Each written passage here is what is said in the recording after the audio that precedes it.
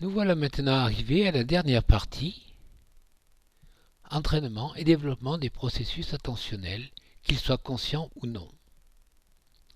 4 points: le respect d'une consigne, les objets de conditionnement attentionnel, 2 grandes logiques d'amélioration et les questionnements qui seront offerts à la salle. Ce ne sont pas les participants qui vont poser des questions, mais c'est moi-même qui vais vous poser des questions et vous devez avoir des éléments de réponse, trouver des éléments de réponse qui viendront de votre pratique, de vos habitudes, de, de vos propres savoirs, car l'attention, c'est quelque chose que nous partageons tous et nous avons tous notre mot à dire dans nos ressentis, dans nos expressions, dans nos entraînements et dans la façon d'éprouver ces processus attentionnels. Ils concernent la perception de la conscience, de la liberté, du libre arbitre et bien d'autres aspects que nous verrons.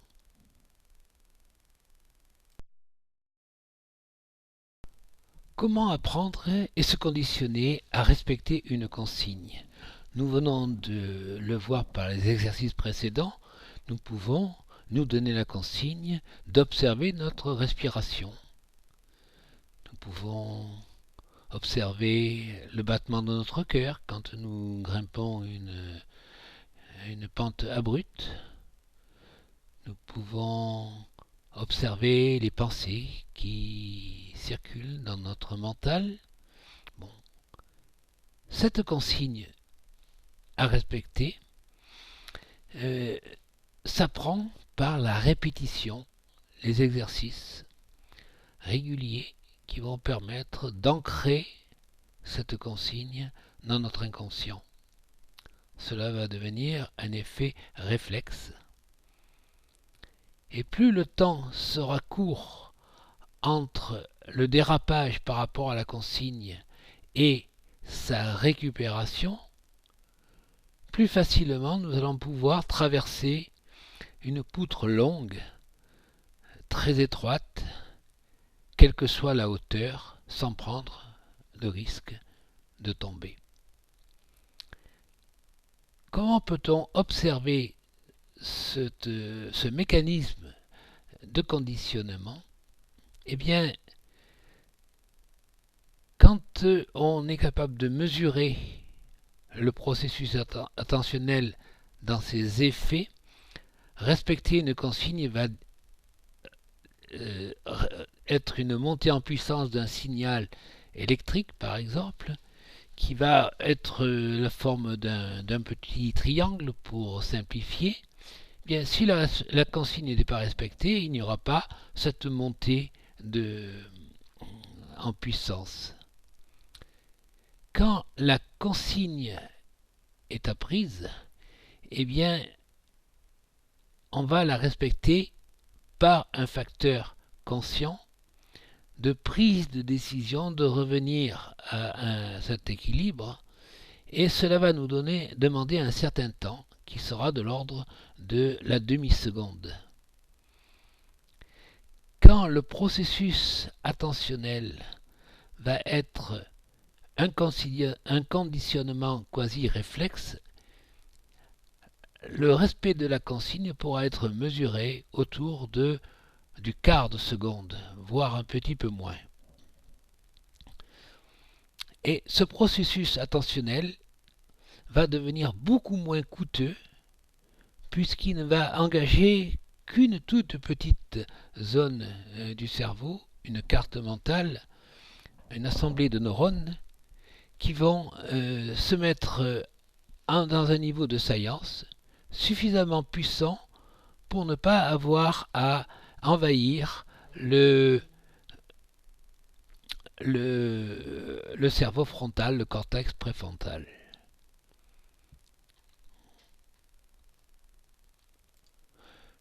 Le magicien sait fort bien jouer de cette capacité à attirer notre attention dans un coin particulier de l'espace et à réaliser des micro-mouvements cachés qui restent sous la fréquence d'échantillonnage, donc qui donnent à notre attention flottante mal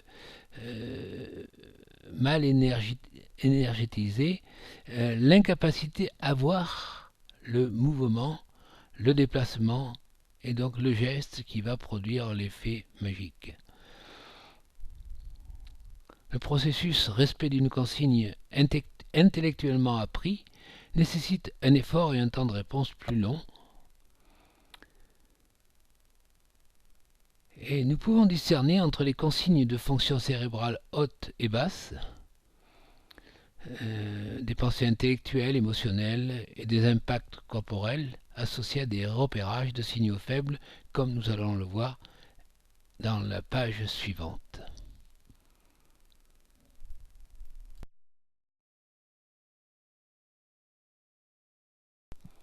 Nous allons maintenant explorer les objets de conditionnement attentionnel. Regardons d'abord le bas niveau des fonctions cérébrales. Nous pouvons détecter des déséquilibres corporels, des postures internes, donc les postures de méditation, de respiration, de ressenti corporel, ou externes, rictus, tremblement de lèvres, des postures, l'équilibre de la colonne vertébrale. Nous pouvons repérer et ainsi maîtriser un stress physiologique, la douleur, le stress du tract quand on va prendre la parole devant une assemblée. Nous pouvons aussi maîtriser cette attention du geste sportif par la répétition, par la persévérance, de faire le geste juste qui consomme le minimum d'énergie, qui ne fait déplacer et mettre en mouvement que les muscles nécessaires. Nous pouvons mobiliser des ressources physiologiques adéquates à une situation à fort enjeu. Par exemple, contrôler son souffle quand l'on fait un effort physique violent et plutôt exercer le mouvement quand on est dans le souffle plutôt que dans la respiration, l'inspiration. Ce sont des objets d'attention relativement bas, simples, mais on peut aussi porter notre attention sur des fonctions cérébrales de haut niveau, avec des détections de signal faible sémantique. Par exemple, j'écoute l'exposé d'un intervenant et j'entre dans un sentiment de violent désaccord et je repère ce désaccord et au lieu d'avoir l'impulsion de lever le bras, de répondre, d'argumenter en contre, simplement de me poser, de reprendre mon calme et de me dire ce qu'il dit. Il le dit parce qu'il a ses raisons. Avant d'exprimer mon propre désaccord, je peux apprendre à mieux l'écouter pour comprendre ce qu'il me dit. Si il dit ce qu'il dit, c'est qu'il a ses propres raisons, ses propres convictions. Est-ce que je peux aller jusqu'à comprendre et poser les questions adéquates qui vont me permettre de mieux intégrer, de mieux mettre les pieds dans son environnement, dans sa carte du monde. Alors on peut le faire pour un désaccord intellectuel, pour un désarroi, pour une emprise affective ou émotionnelle.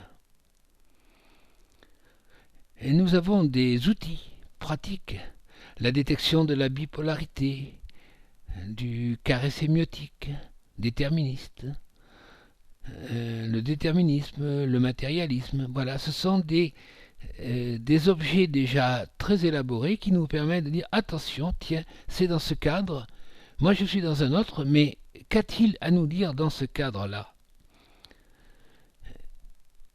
Un autre niveau de fonction cérébrale est élevé, c'est donc la maîtrise du stress sémantique, des enjeux personnels et de la souffrance. Distinguons la souffrance de la douleur. La douleur, c'est un élément physiologique, la souffrance, c'est l'interprétation de cette douleur. On peut avoir la douleur, mais sachant qu'elle va disparaître, eh bien la souffrance aura disparu bien avant, ou la douleur n'est pas encore là, mais nous savons, en allant chez les dentistes, que nous allons avoir mal, et nous en souffrons à l'avance. Cette fonction cérébrale plus élevée nous permet, avec une mobilisation adéquate, de mieux maîtriser la souffrance, qui est finalement indépendante de la présence ou non de la douleur. Alors, d'autres aspects plus conséquents, c'est la faculté de concentration conjoncturelle ou à longue durée, focalisée, ouverte ou flottante. Et la mobilisation de ressources intellectuelles, affectives, relationnelles, adéquates à une situation à fort enjeu. Par exemple, dans le contexte actuel de notre société en plein désarroi, eh bien, ne pas se focaliser sur un seul paramètre, par exemple la crise écologique, la mutation écologique, je devrais dire, mais en même temps prendre en compte cette mutation écologique, ses effets positifs et négatifs, mais aussi la mutation numérique qui a ses propres effets positifs et négatifs, mais aussi la mutation industrielle, cette société post-industrielle qui est en train d'advenir et qui refait qui induit une recomposition de nos logiques de travail et la place du travail dans notre vie. Et puis, bien entendu, toutes les mutations d'ordre familial, religieuse, qui font que l'ensemble de ces pôles attentionnels mis en parallèle, avec leurs interactions, va nous permettre d'avoir une vision globale, panoramique, au lieu de se focaliser sur un seul problème, celui du moment ou celui de notre croyance comme étant le problème, la cause racine, etc. Donc là, nous voyons que nous arrivons à des objets attentionnels complexes, hyper complexes, et ce sont ces hyper-objets qui vont nécessiter une pratique de l'attention panoramique sur le plan sémantique, sur le plan de notre cartographie des connaissances.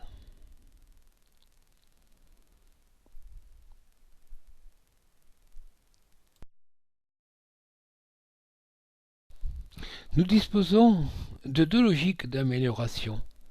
La logique de la musculation, s'entraîner, se forcer à être concentré sur une tâche donnée, ou alors la logique de l'observation, la détection du déséquilibre attentionnel, ajustement rapide, doigté, sensibilité.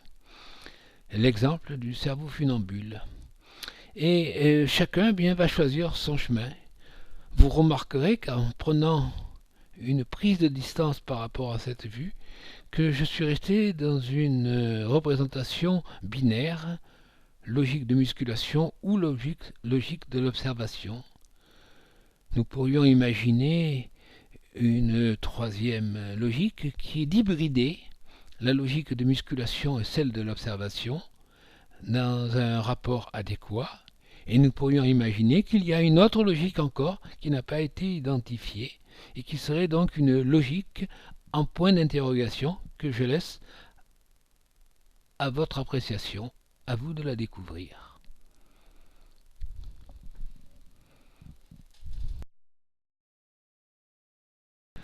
Nous approchons maintenant de la fin de cette présentation de la 4e partie.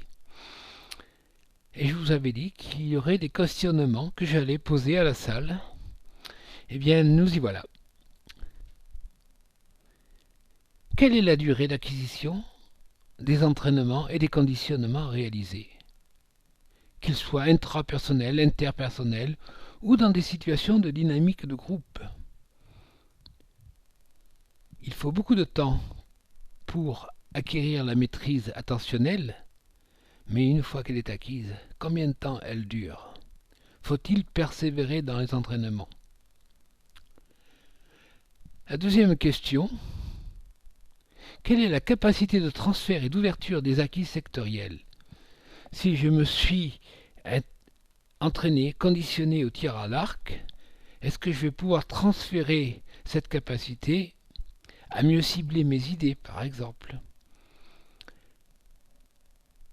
Dans les techniques de conditionnement, dans les processus de maturation, dans les processus éducatifs, si je me focalise sur mieux apprendre les mathématiques, est-ce que je pourrais transférer ceci sur l'apprentissage des langues étrangères ou sur la capacité à maîtriser mes émotions ou encore celle d'être dans la bienveillance dans ma relation avec les autres. Comment je vais pouvoir fiabiliser mes processus intuitifs et adaptatifs dans l'ensemble des secteurs qui sont importants pour mon quotidien.